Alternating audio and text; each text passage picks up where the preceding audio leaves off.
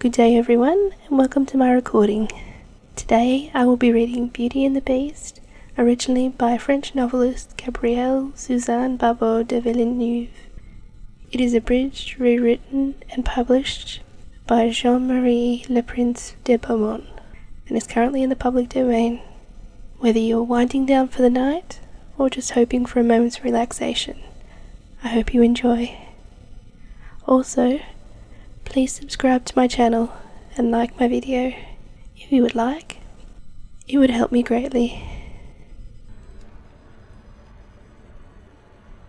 Part 3. This morning she decided to amuse herself in the garden, for the sun shone and all the fountains were playing, but she was astonished to find that every place was familiar to her, and presently she came to the brook where the myrtle trees were growing. She had first met the prince in a dream, and that made her think more than ever that he must be kept a prisoner by the beast. When she was tired, she went back into the palace and found a new room full of materials for every kind of work, ribbons to make bows and silks to work into flowers.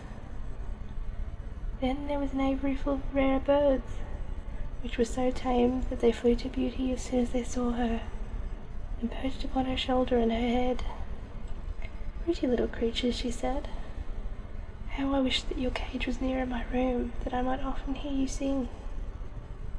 So saying, she opened a door and found, to her delight, that it led to her own room, though she had thought it was quite on the other side of the palace. There were more birds in a room farther on, parrots and cockatoos that could sing and talk, and they greeted Beauty by name. Indeed, she found them so entertaining that she took one or two back to her room, and they talked to her while she was at supper, after which the beast paid her his usual visit and asked her the same questions as before, and then with a gruff good night he took his departure, and Beauty went to bed to dream of her mysterious prince.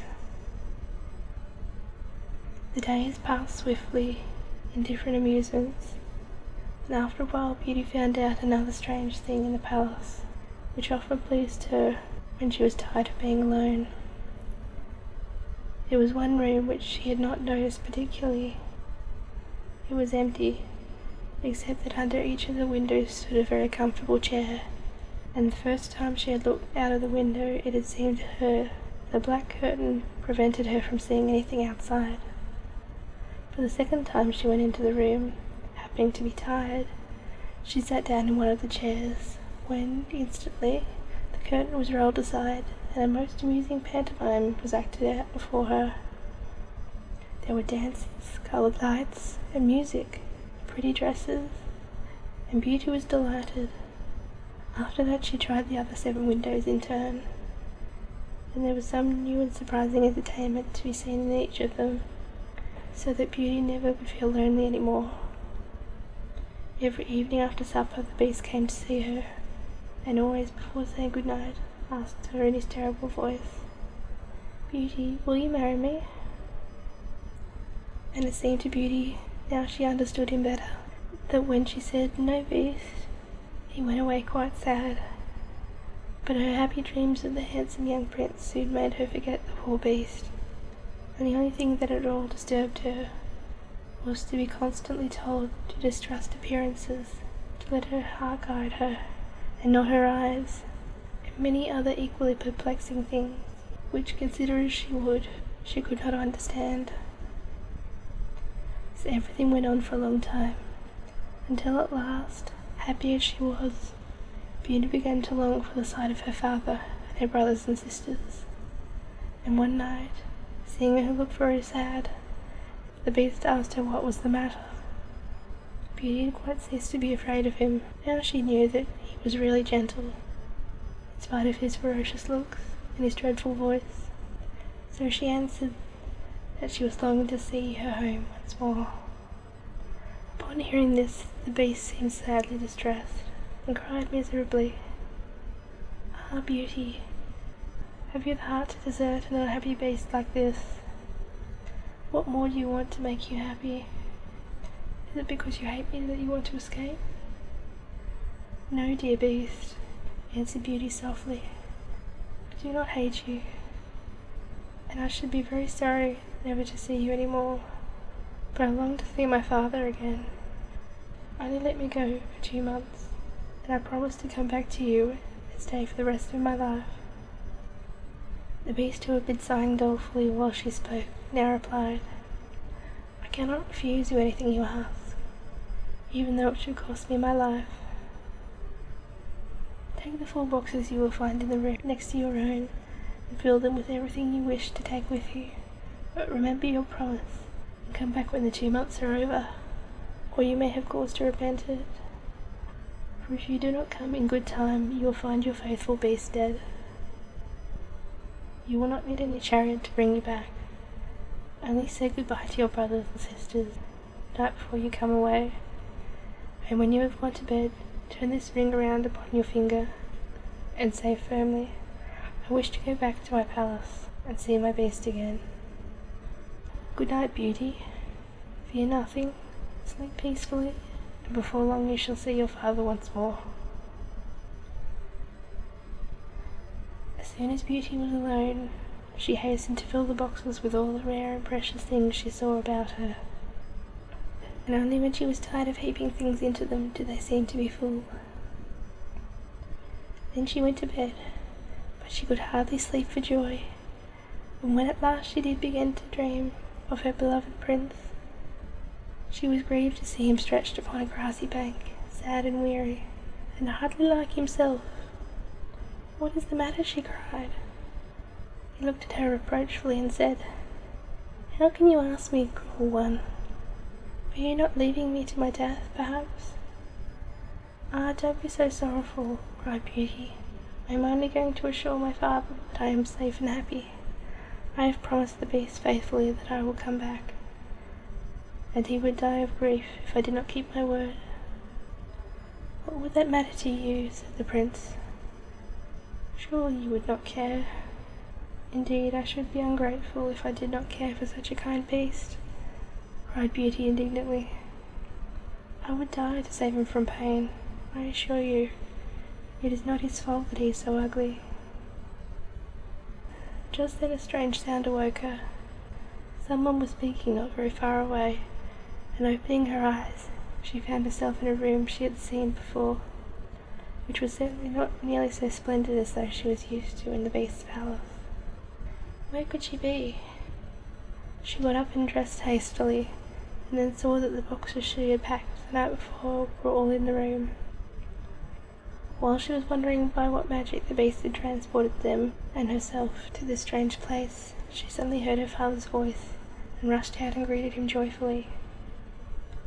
Her brothers and sisters were astonished at her appearance, as they had never expected to see her again, and there was no end to the questions they asked her.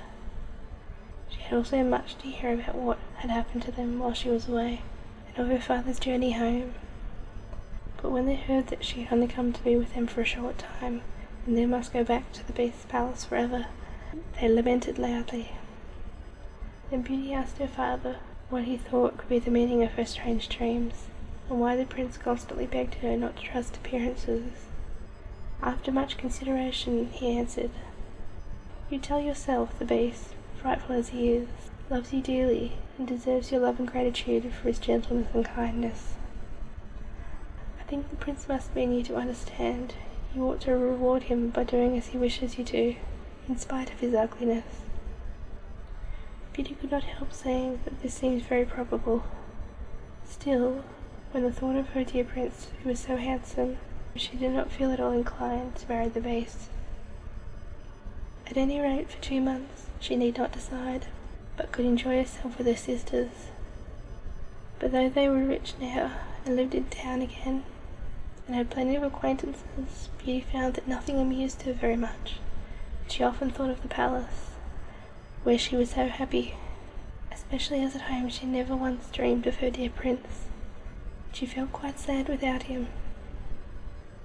Then her sisters seemed to have gotten quite used to being without her, and even found her rather in the way, so she would not have been sorry when the 2 months were over, but for her father and brothers, who begged her to stay, and seemed so grieved at the thought of her departure that she had not the courage to say goodbye to them.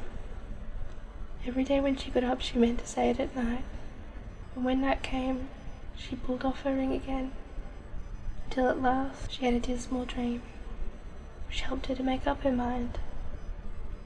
She thought she was wandering in a lonely path in the palace gardens, when she heard groans which seemed to come from some bushes hiding in the entrance of a cave, and running quickly to see what could be the matter, she found the beast stretched out upon his side, apparently dying. He reproached her faintly with being the cause of his distress, and at the same moment a stately lady appeared and said very gravely, "Ah, Beauty, you are only just in time to save his life. See what happens when people do not keep their promises. If you were delayed one day more, you would have found him dead."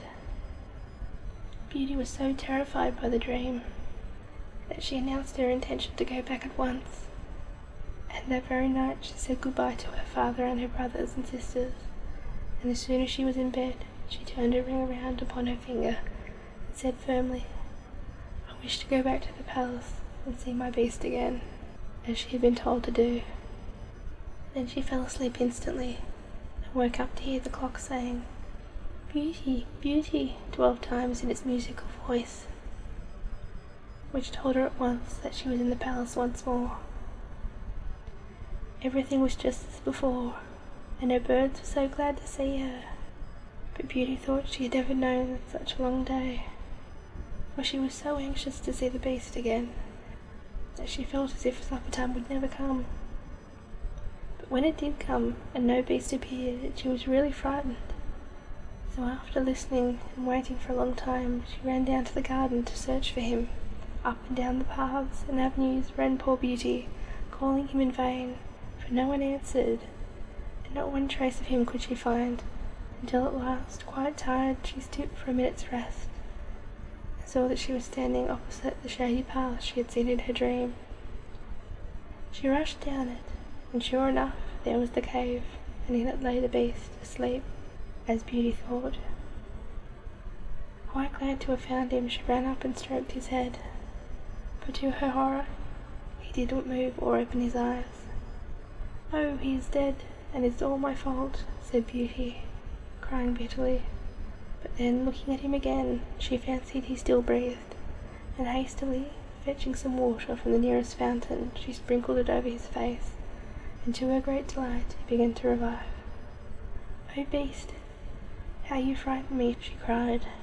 "I never knew how much I loved you until now, when I feared it was too late to save your life." "Can you really love such an ugly creature as I am?" said the beast faintly. "Ah, Beauty, you only came just in time. I was dying because I thought you had forgotten your promise. But go back now and rest. I shall see you again by and by." Beauty, who had half expected that he would be angry with her, was reassured by his gentle voice, and went back to the palace, where supper was awaiting her. And afterwards the beast came in as usual, and talked about the time she had spent with her father, asking if she had enjoyed herself, and if they had all been very glad to see her. Beauty answered politely, and quite enjoyed telling him all that had happened to her. And when at last the time came for him to go, and he asked her, as he had often asked before, "Beauty, will you marry me?" she answered softly, "Yes, dear beast." As she spoke, a blaze of light sprang up before the windows of the palace, fireworks crackled and guns banged, and across the avenue of orange trees, in letters all made of fireflies, was written, "Long live the prince and his bride." Turning to ask the beast what it could all mean, Beauty found that he had disappeared, and in his place stood her long-loved prince. At the same moment the wheels of a chariot were heard upon the terrace, and 2 ladies entered the room. One of them Beauty recognised as the stately lady she had seen in her dreams. The other was so grand and queenly that Beauty hardly knew which to greet first. But the one she already knew said to her companion, "Well, Queen, this is Beauty, who has had the courage to rescue your son from the terrible enchantment. They love one another, and only your consent to their marriage is wanting to make them perfectly happy. "I consent with all my heart," cried the Queen. "How can I ever thank you enough, charming girl, for having restored my dear son to his natural form?" And then she tenderly embraced Beauty and the Prince, who had meanwhile greeted the fairy and received her congratulations. "Now," said the fairy to Beauty, "I suppose you would like me to send for all your brothers and sisters to dance at your wedding." And so she did, and the marriage was celebrated the very next day with the utmost splendour, and Beauty and the Prince lived happily ever after. Thank you for listening.